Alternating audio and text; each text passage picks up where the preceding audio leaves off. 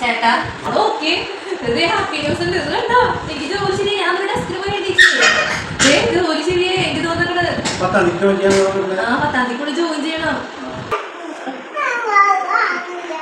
എറണാകുളത്ത് എറണാകുളത്ത് സ്വപ്നമൊക്കെ സഫലിയാവുക. എന്നിട്ട് ഞാൻ എന്റെ വീട്ടിൽ നിൽക്കാൻ ഇതിലായ സാലറി നമുക്ക് അവിടെ വേണമെങ്കിൽ ഒരു വീട് നോക്കുകയും ചെയ്യാം.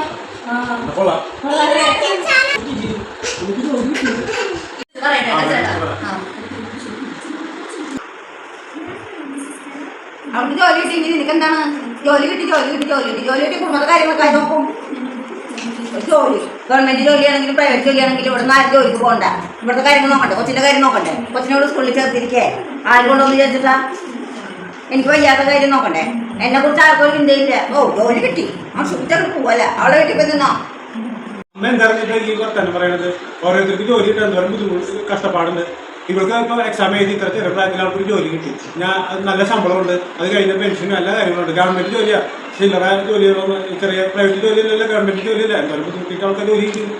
അത് ചെറിയ പ്രായത്തിൽ അതിൻ്റെ വാല്യൂ മനസ്സിലാക്കാൻ നമ്മൾ ഈ കിടന്ന് ചൂടായിട്ട് കാര്യമില്ല. കുറച്ച് ബുദ്ധിമുട്ട് എല്ലാവർക്കും ഉണ്ടാവും. അത് നല്ല കാര്യത്തിനല്ലേ? നല്ല കാര്യം തന്നെയാണ്.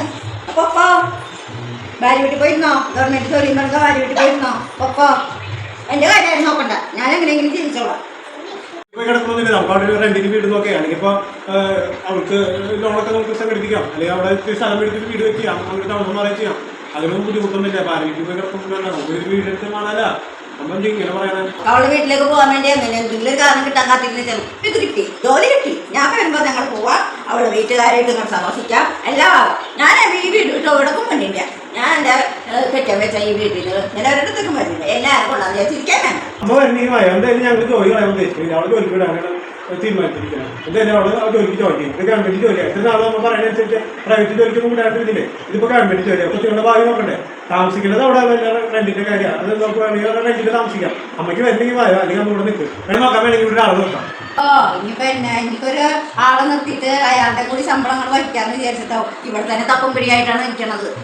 ഇനിയിപ്പോ എന്നെ നോക്കിയിട്ട് അവൾക്ക് എന്തായാലും അവളുടെ കുടുംബത്തേക്ക് പോകാൻ അവൾക്ക് സന്തോഷമായില്ല.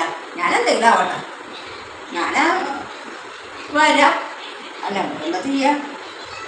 എന്തായാലും അമ്മേനെ ഞാൻ തന്നെ നോക്കണം. വേറെ ആരും ഇല്ല. അപ്പൊ ഞങ്ങളുടെ കൂടെ പോരെ, നമുക്ക് അവിടെ താമസിക്കാം. അവൾ ജോലിക്ക് പോട്ടെ. ഇതേപോലെയുള്ള പല കാര്യങ്ങൾക്ക് തടസ്സം നിൽക്കാൻ ഒരുപാട് പേരുണ്ടാവും. ഇന്ന് ഈ മകൻ സ്ട്രോങ് ആയി നിന്നുകൊണ്ടാണ് ആ അമ്മ കൂടെ വരാമെന്ന് പറഞ്ഞത്.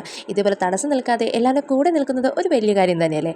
അപ്പം നമ്മുടെ ഈ കുട്ടി വീഡിയോ ഇഷ്ടപ്പെട്ടെങ്കിൽ ഒന്ന് ലൈക്ക് ചെയ്യാനും സബ്സ്ക്രൈബ് ചെയ്യാനും ഒപ്പം ഞങ്ങളുടെ കൂടെ നിൽക്കാനും മറക്കണ്ട കേട്ടോ.